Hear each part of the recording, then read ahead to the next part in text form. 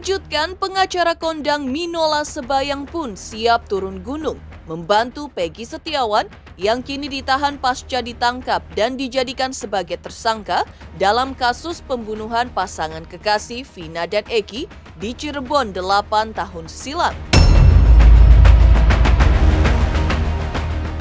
Minola juga mengungkap kisahnya terkait suatu proses hukum yang bisa saja merugikan pihak yang disangkakan dan langkah hukum apa yang tepat untuk Peggy Setiawan jika dirinya benar-benar bukan pelaku yang diduga terlibat dalam kasus pembunuhan Vina dan Eki. Lantas apa pula yang membuat Minola menyarankan polisi agar memeriksa juga pihak-pihak di balik membuat film layar lebar Vina sebelum 7 hari? Lalu seperti apa respon sutradara film tersebut, Anggi Umbara? Benarkah pengacara kondang Deoli Payumara dan Otto Hasibuan pun siap turun gunung untuk bergabung dalam tim kuasa hukum Peggy Setiawan sesuai permintaan Hotman Paris Hutapea selaku kuasa hukum keluarga almarhumah Vina? Pemirsa, bersama Intens Investigasi, kami hadirkan kabar terkini, terpercaya dan teraktual. Tetapi sebelumnya jangan lupa untuk like, subscribe, dan juga share channel YouTube ini.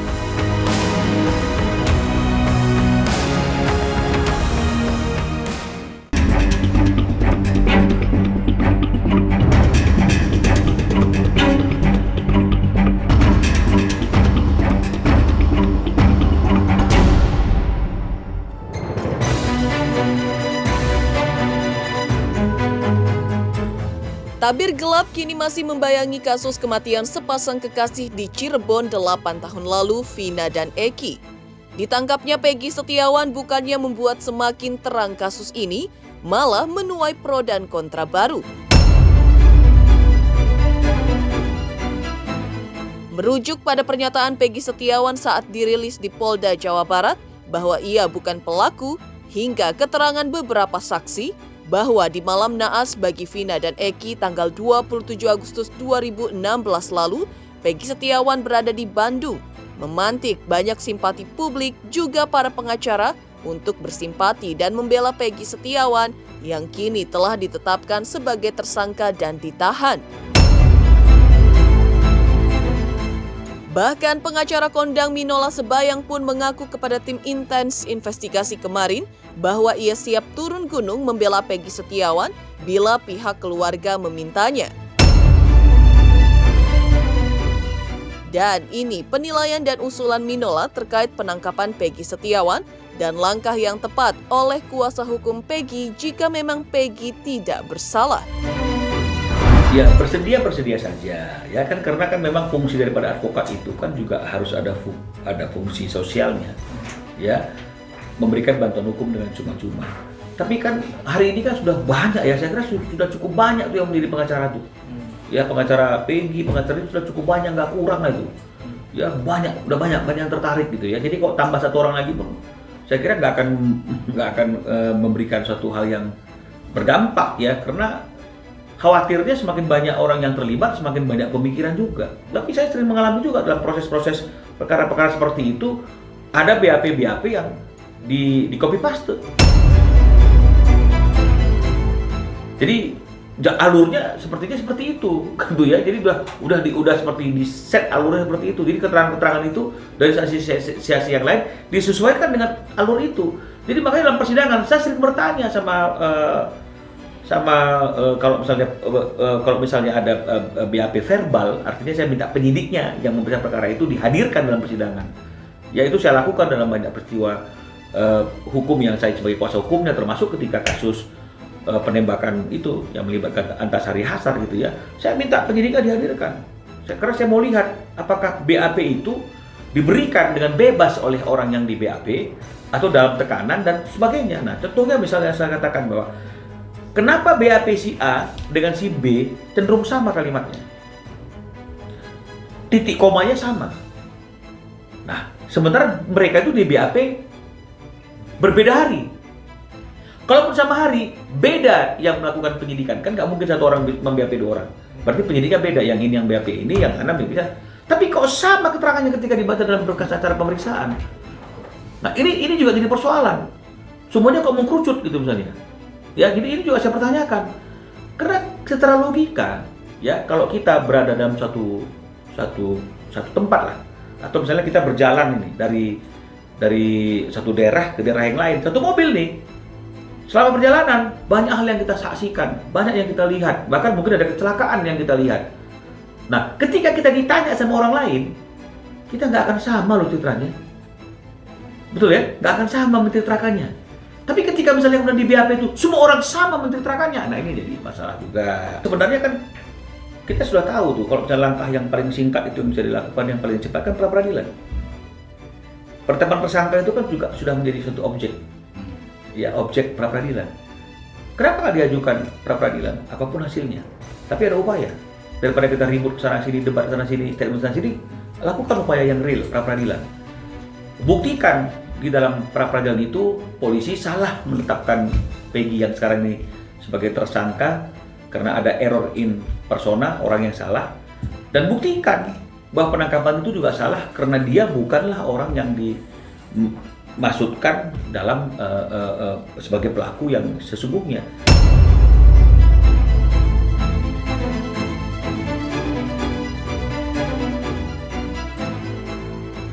Ya karena nggak boleh juga orang langsung ditangkap, orang langsung dijadikan tersangka tanpa dia pernah sebelumnya diperiksa sebagai saksi.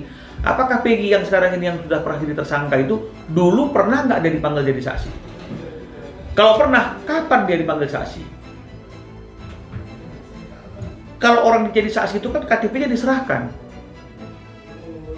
kan identitasnya kan diserahkan sebagai saksi. Nah, pernah nggak polisi punya arsip KTP Peggy yang sekarang ini itu dipegang sama dia ketika Peggy yang dalam berkas acara itu ada, atau siapa pun nggak ngerti lah kita.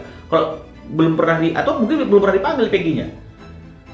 Cuma nama itu muncul karena disebutkan oleh tersangka yang lain. Nah itu ini yang saya bilang dari itu karena saya tidak mendalami perkara itu, saya tidak tahu. Tapi kalau Peggy ini tidak pernah diperiksa, tidak pernah dipanggil, belum pernah diapa-apain karena nama Peggy muncul dari bibir saksi-saksi yang lain, tersangka yang lain, ya ini kan jadi rancu. Karena alat buktinya kan masih keterangan saksi nih, belum ada alat bukti pendukung yang lain. Padahal untuk menetapkan orang sebagai tersangka kan harus ada 2 alat bukti. Nah, mungkin fokusnya di situ saja. Jadi nggak usah melebar ke peristiwa besarnya. Jadi kita bicara mengenai masalah prosesnya saja. Nama Peggy muncul ini dari apa munculnya? Karena CCTV nggak ada. Orang yang melihat dia melakukan nggak ada, kecuali tersangka-tersangka itu. Kita pertama mau mengajukan penangguhan penahanan pada Peggy Setiawan. Yang kedua mau meminta BAP dari saudara Peggy Setiawan. Berita acara pemeriksaan sebagai tersangka, berita acara penyitaan barang bukti itu perlu diminta. Ya, bila tidak diberikan kita cabut. Jadi supaya diperiksa ulang, fair. Jadi kalian awasi.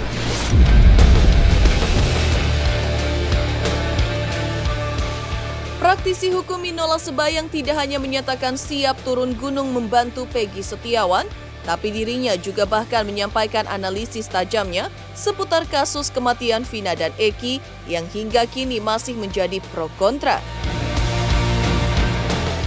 Menurutnya, mengapa kasus kematian Vina dan Eki kembali diangkat setelah 8 tahun berlalu, lantaran cerita kasus tersebut diangkat menjadi sebuah karya film layar lebar. Menurutnya, pro dan kontra akan terus terjadi jika landasannya pada cerita film yang kini booming, bukan pada berita acara pemeriksaan polisi. Tapi ia juga menegaskan bahwa dirinya pernah mengalami selama proses hukum dalam kasus berbeda, bahwa BAP terkadang dilakukan copy-paste, memiliki rumusan dan alur yang sudah diskenario. Menurutnya, jika hal ini terjadi pada kasus Vina dan Eki, artinya proses BAP-nya tidak sesuai dengan protap Polri, yaitu harus dilakukan sesuai manajemen penyidikan. Kalau misalnya kemudian kita membongkar satu peristiwa yang sudah lama terkubur, hampir 8 tahun, dan yang mendasari kenapa perkara itu dibongkar lagi, diungkit lagi, jadi rame lagi, dilandasi pada sebuah cerita di film. Nah, ini akan menjadi suatu hal yang menjadi makin sulit lagi, karena kalau suatu kisah hidup itu atau suatu kisah ingin difilmkan, true story ingin difilmkan, ini kan memang harus melalui satu proses riset, ya, harus melalui proses yang tidak bisa melibatkan hanya korban saja. Karena penyidik juga harus dilibatkan dalam proses pembuatan film itu agar film itu sendiri juga tidak menjadi suatu informasi yang timpang. Karena kalau tidak, film itu akan menjadi timpang dari sisi korbannya saja. Nah, yang lainnya tidak disentuh. Apalagi kalau misalnya kemudian ada cerita-cerita yang digali yang berbeda dengan cerita yang sebenarnya yang sudah tertuang dalam BAP. Berarti kan ada pemikiran baru, ada peristiwa baru, ya. Nah, ini yang menjadi persoalannya kan seperti itu. Karena landasan kita hari ini untuk mulai melihat perkara tersebut kan karena film. Pro dan kontra terus. Ya, satu sisi ada yang mengatakan bahwa orang yang ditangkap itu adalah pelaku yang sebenarnya misalnya. Dasarnya ini misalnya. Sementara orang lain ada yang menyatakan bukanlah dia orangnya. Ini jadi akan usut karena mungkin dari awal memang ketika proses penanganan perkara ini patut diduga tidak dilakukan dengan metode dan mekanisme manajemen penyidikan sebagaimana seharusnya suatu proses itu dilakukan penyidikan. Karena ada Perkapolri, manajemen penyidikan. Nah, ini kan kadang-kadang mau cepatnya saja kan begitu ya, biar penting udah dianggap bisa tuntas mungkin ya. Saya nggak bisa menghakimi siapapun, tapi itulah kalau kita melihat kasus Vina itu, jadi mungkin ya semakin banyak orang yang berbicara ya semakin kusut. Semakin banyak orang yang terlibat dan memberikan opini, kita semakin bingung. Saksi itu kan satu alat bukti dari 5 alat bukti. Padahal dibutuhkan untuk membuktikan suatu perkara itu minimal 2 alat bukti. 2.000 orang pun saksi tetap dia satu alat bukti. Jadi jangan gara-gara itu banyak tuh yang bilang begini peristiwa hukumnya, 1.000 orang bilang begini, 2.000 orang bilang seperti itu. Tapi kan tetap saja itu masih satu alat bukti, yaitu bukti saksi. Bagaimana kita melandaskan suatu proses perkara hukum dengan baik dan benar kalau kita melihatnya hanya dilandaskan pada satu alat bukti, yaitu apa? Keterangan saksi. Ya, bahwa kita yakinkan PS adalah ini. Kita sudah menyita sejumlah dokumen terkait dengan identitas, kemudian juga motor yang digunakan kita sudah dapat STNK-nya, walaupun motornya belum dapat, tetapi STNK kendaraan yang digunakan pada saat kejadian kita sudah mengamankan. Nah, kita meyakinkan ini dengan sejumlah dokumen, baik kartu keluarga, kemudian ijazah dan sebagainya, kita yakinkan bahwa ini adalah PS atau Peggy Setiawan.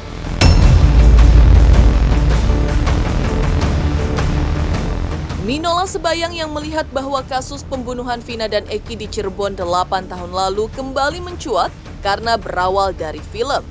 Maka ia berharap agar pihak kepolisian juga memeriksa orang-orang di balik pembuatan film Vina sebelum 7 hari, terutama produser dan penulis ceritanya ikut diperiksa polisi. Tetapi mungkinkah suatu karya seni bisa dijadikan acuan untuk suatu kasus hukum di dunia nyata? Sebuah film yang bersifat dokumenter pun, true story pun kan ini kan pasti ada sumbernya. Kan begitu.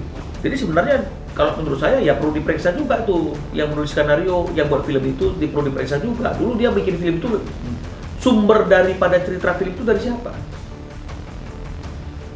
Tapi sekarang kan mungkin nggak pernah diperiksa tuh. Filmnya aja yang makin melambung. Ya, penontonnya semakin banyak, income-nya semakin besar. Tapi pernah nggak ada kepikiran untuk memeriksa produser, memeriksa penulis skenario? Cerita itu mereka ambil dari mana sumbernya? Dari BAP, dari peristiwa hukum yang memang tertuang dalam sebuah keputusan pengadilan yang sudah inkrah, dari berita acara pemeriksaan kepolisian atas perkara tersebut, atau cerita dari keluarga korban, atau cerita dari teman korban. Ini mana sumbernya, dari mana ini? Nah, kalau misalnya kemudian itu tidak didalami dan kemudian kita menganggap apapun yang dituangkan dalam film tersebut adalah benar dan itu menjadi acuan kita untuk melakukan proses, ya udah pasti nggak akan nemu. Dari banyaknya pihak yang memberikan komentar bahwa kegaduhan yang terjadi terkait kasus kematian sepasang kekasih di Cirebon 8 tahun lalu, yaitu Vina dan Eki, dipicu oleh film Vina Sebelum 7 Hari, dan bahkan muncul desakan agar produser, penulis hingga sutradara ikut diperiksa polisi mendorong sutradara film tersebut Anggi Umbara angkat bicara dan memberikan klarifikasinya, sekaligus mempertanyakan alasan berbagai pihak yang menuding film yang disutradarainya ini, Vina Sebelum 7 Hari, menjadi penyebab kegaduhan yang terjadi berlarut-larut saat ini. Padahal menurutnya film merupakan hasil kreasi seni, meski ada ramuan fakta di dalamnya, dan sudah lulus sensor pula dari Lembaga Sensor Film Indonesia. Tetapi Anggi Umbara memang tidak bisa membungkam orang untuk berpendapat secara bebas. Komedi itu lucu banget.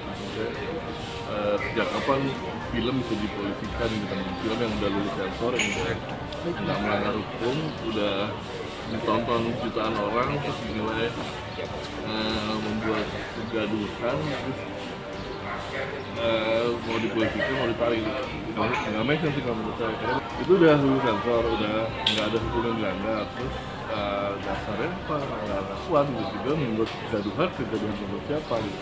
Kalau menurut saya sih, ini bukan kegaduhan, ini justru reaksi dari masyarakat, dari netizen yang emang peduli terhadap kasus ini, dan peduli terhadap keluarga Vina dan almarhum Eki gitu.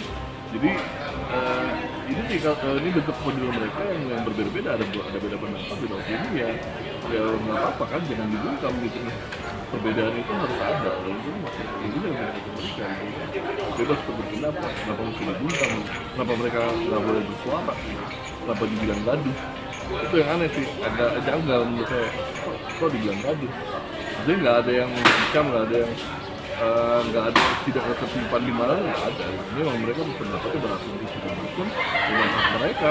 Dan ini kan film ini kan menjadi sebuah kontrol sosial kan terhadap semua pihak tadi, masyarakat, berwenang, polisi, persidangan, apakah sudah melakukan pekerjaan dengan baik. Kalau emang nggak suka direfleksikan, diingatkan segala macam, yang nggak bisa. Kita hidup di negara hukum, masing-masing ya untuk kekuatan hukum. Jadi nggak punya dasar yang kuat aja semuanya. Kayaknya udah jelas ya. Maksudnya tadi saya juga main di Instagram, bikin artikel ya, ada yang punya panggung nggak sih, pinjemin lah gitu. Maksudnya kayak kelihatan banget emang pansos aja. Yang sebenarnya bebas-bebas aja sih, boleh-boleh aja. Banyak juga platform atau media lain atau orang-orang lain yang memang mencari momen di keviralannya film ini atau kasus ini, ya bebas aja masing-masing, sesuai dengan haknya aja. Cuma jangan sampai itu menginvasi atau merampas hak orang lain, apalagi hak kita untuk berkarya, untuk berekspresi, untuk berkarya.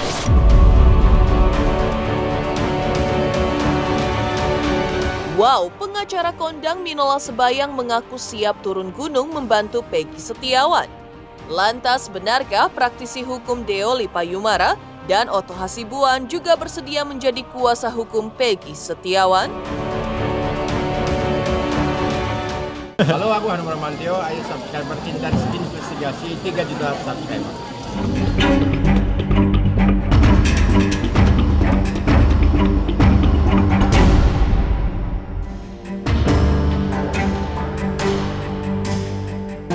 Mengurai benang kusut kasus pembunuhan sepasang kekasih di Cirebon 8 tahun silam, Vina dan Eki menarik perhatian para pengacara sejagat.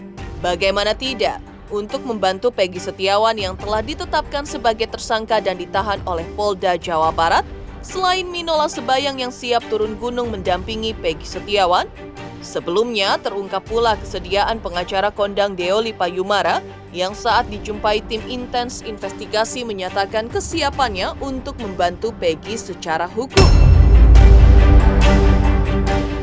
Lantas apa alasan Deo Lipayumara siap turun gunung membantu Peggy Setiawan? Ya, tentunya masyarakat memang mungkin kalau kita jadi kuasa hukumnya, masyarakat juga mungkin antusias ya.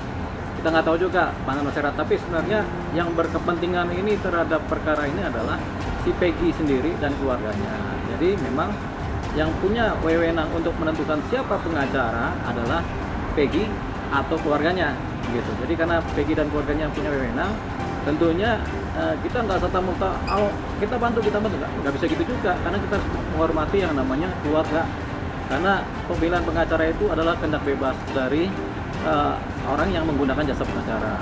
Bahwasanya nanti kalau memang keluarganya Peggy atau Peggy-nya sendiri minta bantuan atau lewat saluran mana minta bantuan ke kami, pasti saya langsung bantu. Cuman yang kita jaga adalah pakem dunia pengacara, di mana kita harus menghormati ada kuasa hukum yang sudah ada, kemudian kita harus menghormati keluarga dari tersangka sendiri apa mau didampingin, kan kita belum tahu kan itu yang nanti menjadi ukuran.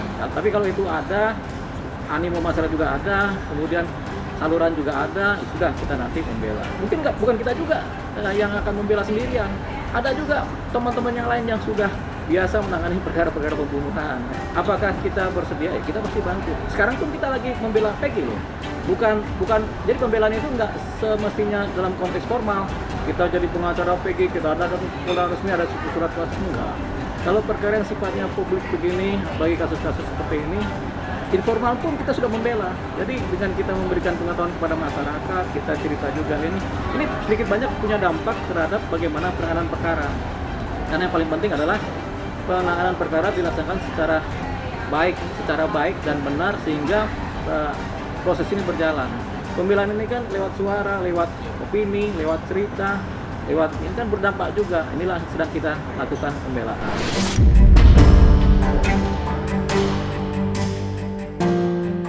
Sementara itu, Hotman Paris Hutapea selaku kuasa hukum keluarga almarhumah Vina juga sebelumnya telah meminta pengacara beken Otto Hasibuan selaku ketua Peradi untuk mau menjadi kuasa hukum dari pihak Peggy Setiawan.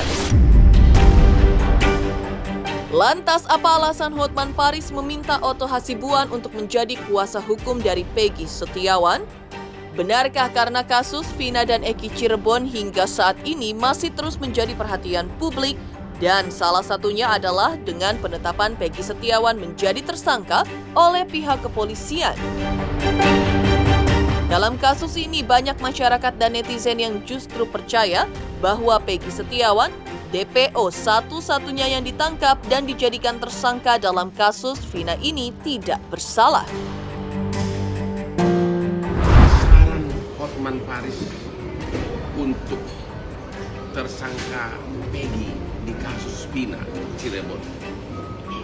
Saya tidak mengatakan apakah Peggy bersalah atau tidak bersalah.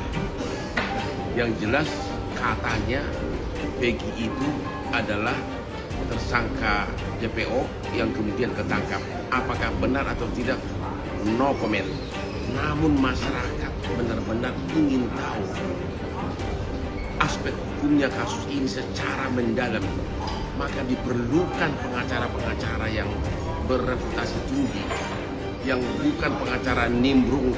Hotman Paris mengusulkan agar ex-tim pengacara Prabowo di MK, yaitu Yusril dan Otto Hasibuan, agar berkenan mau jadi pengacaranya Peggy, ya, agar benar-benar terbuka kasus ini, agar masyarakat puas untuk mendapatkan jawabannya, untuk membuktikan apakah Peggy itu bersalah atau tidak. Kita perlu pengacara pintar dan reputasi tinggi, bukan pengacara murahan yang mau nimbrung, mau ikut masuk kok. Hotman tidak bisa mewakili Peggy karena Hotman sudah menjadi kuasa hukum dari keluarga almarhumah Vina. Mengejutkan sikap Deoli Payumara yang siap membantu Peggy Setiawan dan pernyataan Hotman Paris yang meminta Otto Hasibuan menjadi kuasa hukum Peggy Setiawan. Lantas benarkah seperti apa hasil pemeriksaan terhadap ayah almarhumah Vina di Polda Jawa Barat 2 hari lalu? Halo, aku Jennifer. Ayo dong subscribe Intense Investigasi. 3 juta subscriber bisa. Semangat.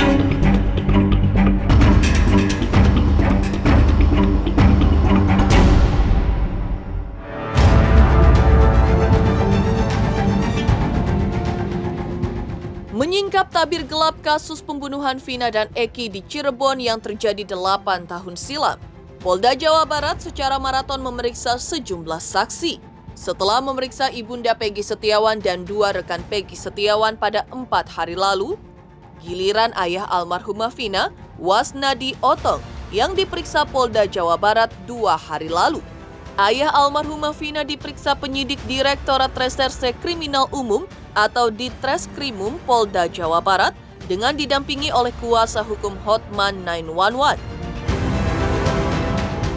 Diakui oleh sang kuasa hukum, ayah almarhumah Vina menjawab 13 pertanyaan yang diajukan penyidik Polda Jawa Barat.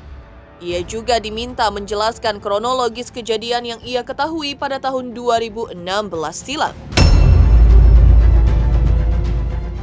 Otong kembali mengingat dan bercerita lagi kepada penyidik dan seakan mengungkit luka hatinya atas kematian putri tercintanya yang terjadi secara tidak wajar dan diduga pelakunya adalah geng motor.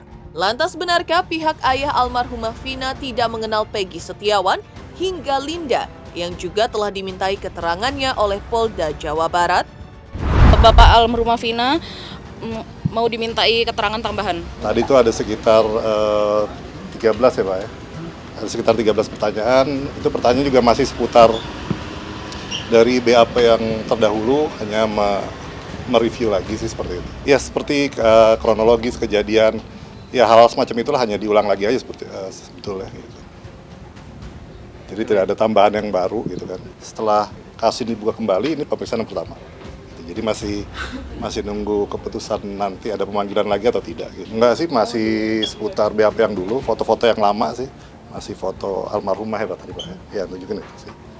Jadi belum ada yang berita terbaru atau update-update apa enggak, masih hanya mengulang dari BAP yang 2016. Saya selaku tim Hotman 911 Jakarta menghimbau kepada Polda Jabar untuk memanggil para saksi berdasarkan putusan pengadilan Akwo yang sudah ingkrah. Enggaknya kalau ada pihak keluarga sih nggak kenal gitu. Nah, karena untuk teman-teman almarhum Vina di luar itu kan memang tidak begitu kenal gitu. Kecuali yang teman-teman main di rumah. Gitu. Saya sudah sering bilang ya, kalau saya dan keluarga itu tidak begitu kenal sama teman-teman yang di luar, termasuk liga, termasuk pelaku-pelaku juga gitu. Jadi memang nggak ada yang kenal sama teman-teman yang di luar. Kami keluarga taunya teman-teman yang di rumah. Pemirsa Intens Investigasi, jangan lupa saksikan terus Intens Investigasi.